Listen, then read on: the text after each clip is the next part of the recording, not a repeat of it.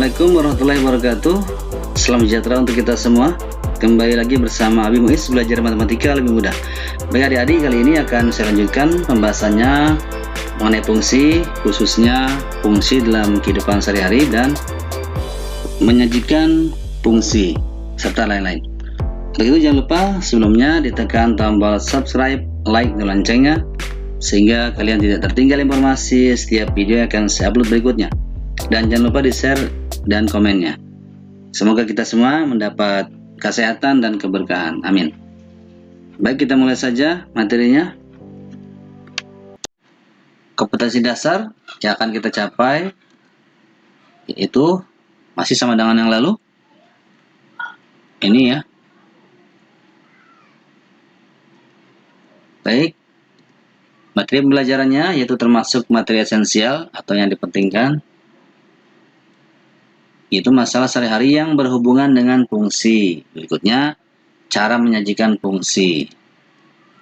Tujuan pembelajaran yang akan kita capai adalah setelah mengikuti pembelajaran ini, peserta didik diharapkan dapat menyatakan masalah sehari-hari yang berkaitan dengan fungsi. Berikutnya, menyajikan fungsi dengan diagram panah, himpunan pasangan berurutan, dengan persamaan fungsi, tabel, dan grafik. Ya.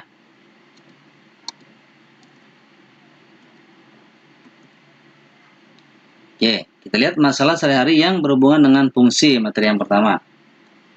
Contoh yang pertama, pengambilan data mengenai berat badan dari 6 siswa kelas 7 disajikan pada tabel berikut. Ya. Ini ada nama siswa, ini ada berat badannya ya, dalam kilogram. Oke, kita bisa buat dalam bentuk diagram panah. Ini ya, si Anik itu beratnya 35 kg ya. Andre 34 kg, Gita 30, dan seperti itu dipasangkan ya sampai Dewi 32 ya. Setiap siswa memiliki berat badan. Hal ini berarti setiap anggota A yang sebelah kiri tadi mempunyai kawan atau pasangan dengan anggota B ya. Setiap siswa memiliki tepat satu berat badan ya. Hal ini berarti setiap anggota A mempunyai tepat satu kawan atau pasangan dengan anggota B. Jadi berdasarkan uraian di atas dapat kita ambil kesimpulan bahwa relasi dari himpunan A ke himpunan B adalah relasi khusus yang memasangkan setiap anggota A dengan tepat satu anggota B.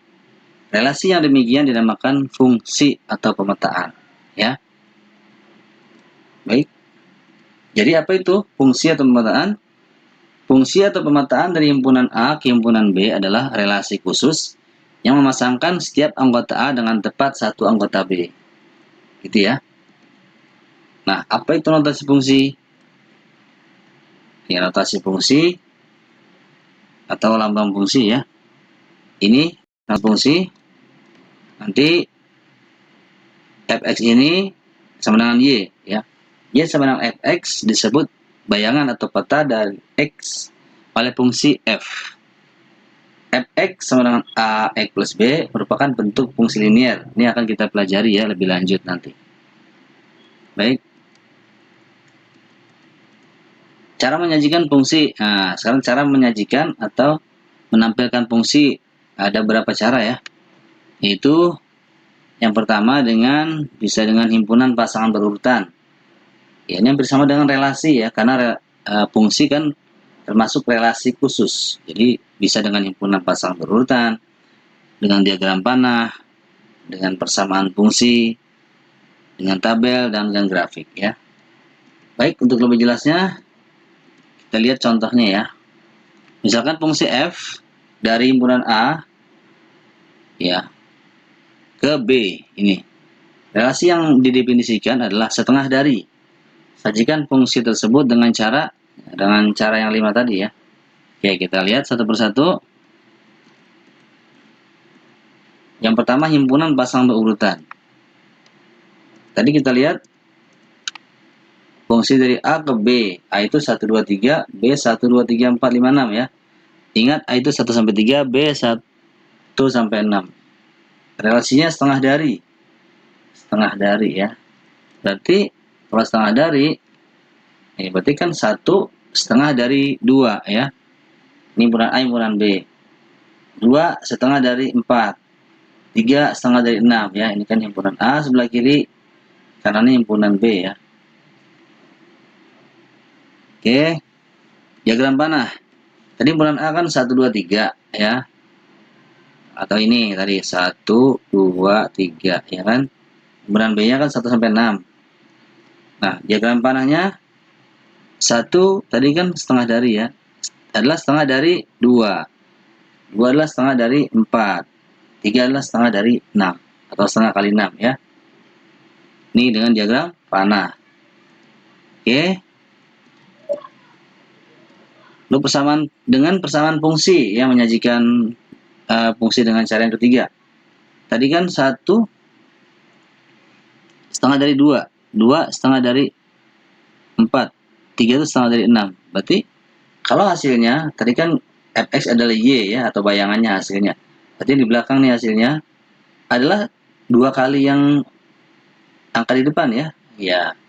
Berarti hasilnya fx atau y ini 2 kali x. Yang x ini kan di depan, y di belakang ya. Berarti hasilnya adalah 2 kali yang di depan. 2 adalah 2 kali 1. 4 adalah 2 kali 2. 6 adalah 2 kali 3. Jadi 2 kali x. X-nya akan di depan. Ya, jelas ya? Seperti itu. Dengan tabel, nah, kita pasangkan saja tadi.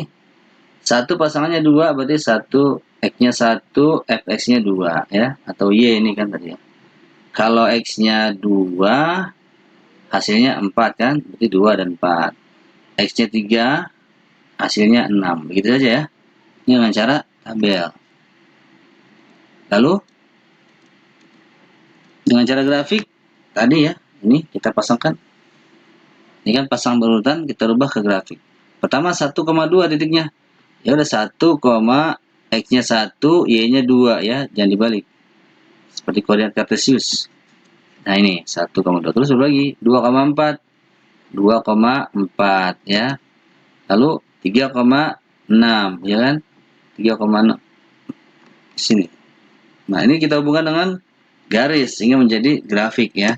Nah, isi berpanjang ke atas atau ke bawah. Inilah grafik fungsi fx sama dengan 2x yang tadi ya. 2 kalinya yang pertama gitu ya. Jelas ya? Baik. Sekarang kita lihat karakteristik fungsi. Pada fungsi dari himpunan A ke himpunan B, syarat suatu relasi merupakan pemetaan atau fungsi adalah setiap anggota A mempunyai pasangan di B. Setiap anggota A dipasangkan dengan tepat satu anggota B. Contoh soalnya, biar lebih jelas, perhatikan beberapa diagram panah berikut. Tentukanlah mana yang merupakan fungsi dan mana yang bukan. Nah, lihat.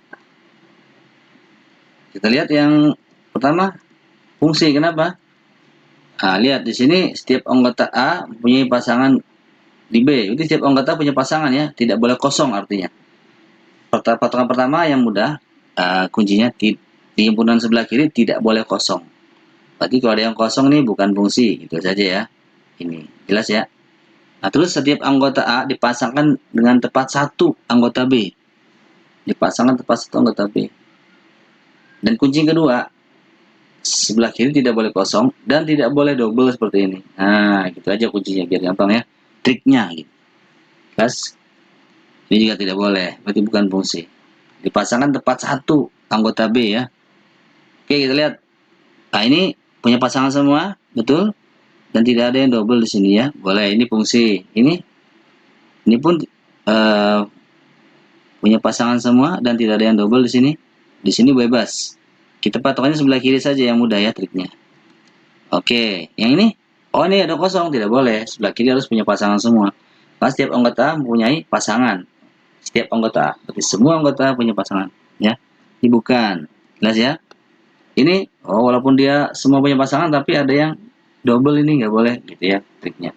Jelas ya. Jadi sebelah kiri harus punya pasangan semua dan tidak boleh double gitu. Itu triknya, trik cepat. Oke, baik, bukan fungsi. Jelas ya?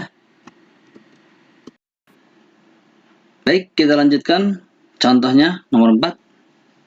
Dari beberapa himpunan pasangan berurutan berikut, tentukan manakah yang merupakan suatu fungsi dan mana yang bukan fungsi. Dari himpunan P ke himpunan Q. Terlihat ya? Oke, kita lihat patokannya sama. Kalau yang tadi diagram panah nomor 3, patokannya kan himpunan sebelah kiri atau gambar sebelah kiri ya. Nah, begitupun ini patokannya yang untuk gampang adalah yang di sebelah kiri. Angka yang atau bagian di sebelah kiri. Itu A, B, C, D ya. Sebelah kanan lah 1, 1, 1, 1. Itu biarkan saja ya. Kita lihat yang pertama.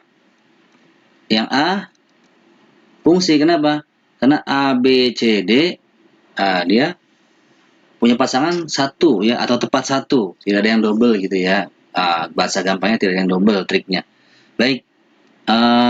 Berarti ini adalah fungsi. Kalau yang ini A, B, C bukan. Kenapa? Karena himpunan yang sebelah kiri itu himpunan P, dari kiri ke kanan kan ya, itu masih ada D. Berarti ada yang nggak punya pasangan ya.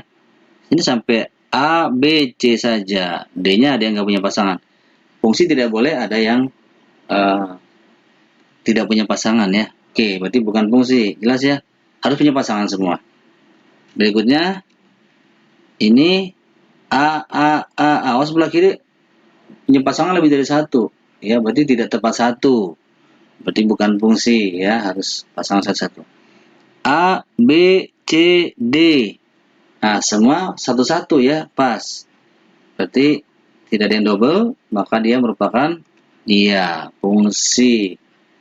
Oke, yang ini, yang E, D, D saja sudah ketahuan ya. Pasangannya tidak tepat 1 ini, itu bukan fungsi. Nah, B, C, D. Jelas? Baik. Lanjut ya. Pada fungsi dari himpunan A ke himpunan B, himpunan A disebut daerah asal atau domain. Ya, kalau di himpunan diagram ini di sebelah kiri ya. Dan himpunan B disebut daerah kawan atau kodomain yang di sebelah kanan dari himpunan tersebut. Kalau diagram panah ada di sebelah kanan dia ya, himpunan B-nya ini. Baik, sedangkan himpunan bagian dari B yang semua anggotanya mendapat pasangan di anggota himpunan A disebut daerah hasil atau range. Baik, untuk lebih jelasnya, langsung saja kita lihat contohnya. Tentukan domain, kodomain, dan range pada fungsi berikut. Ya, domain, kodomain, range. Domain, apa tadi domain? Daerah asal ya. Itu adalah himpunan A atau yang di sebelah kiri nih. Nah, inilah domain, daerah asal ya. Semua himpunan yang di sebelah kiri ini dari diagram panah. Jelas ya? 1, 2, 3 tulis semua.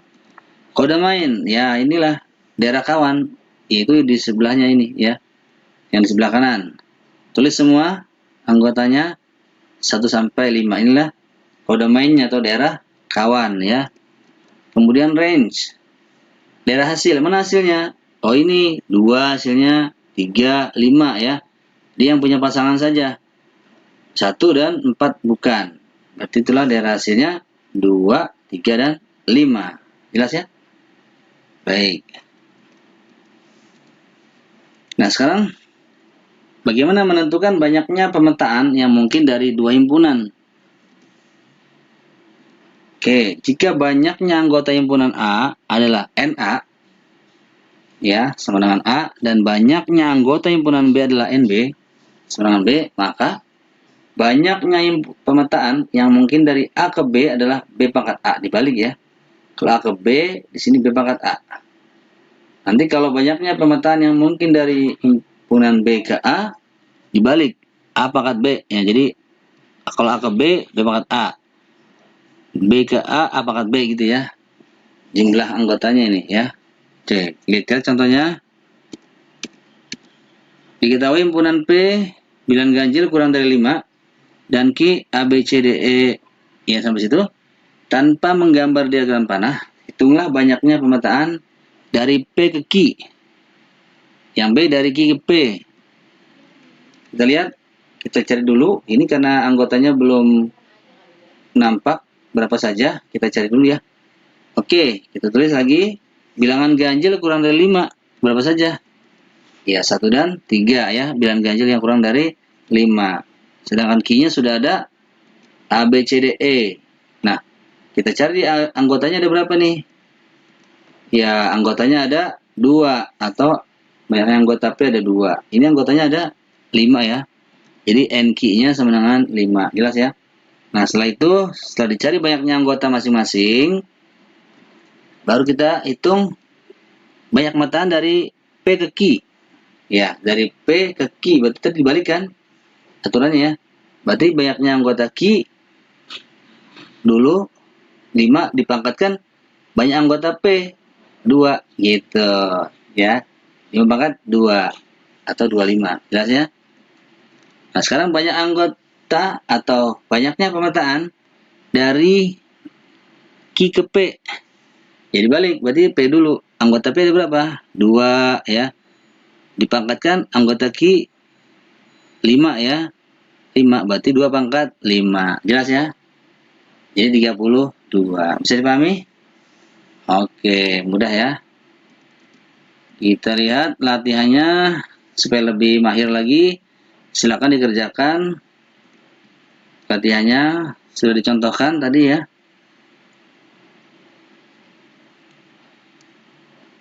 Nomor 2. Nomor 3. Nah, ini ada satu soal pilihan ganda ya.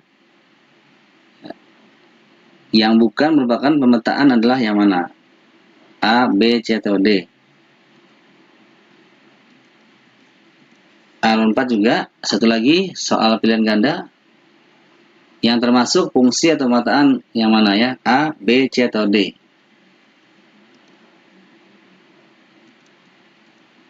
Nomor 5.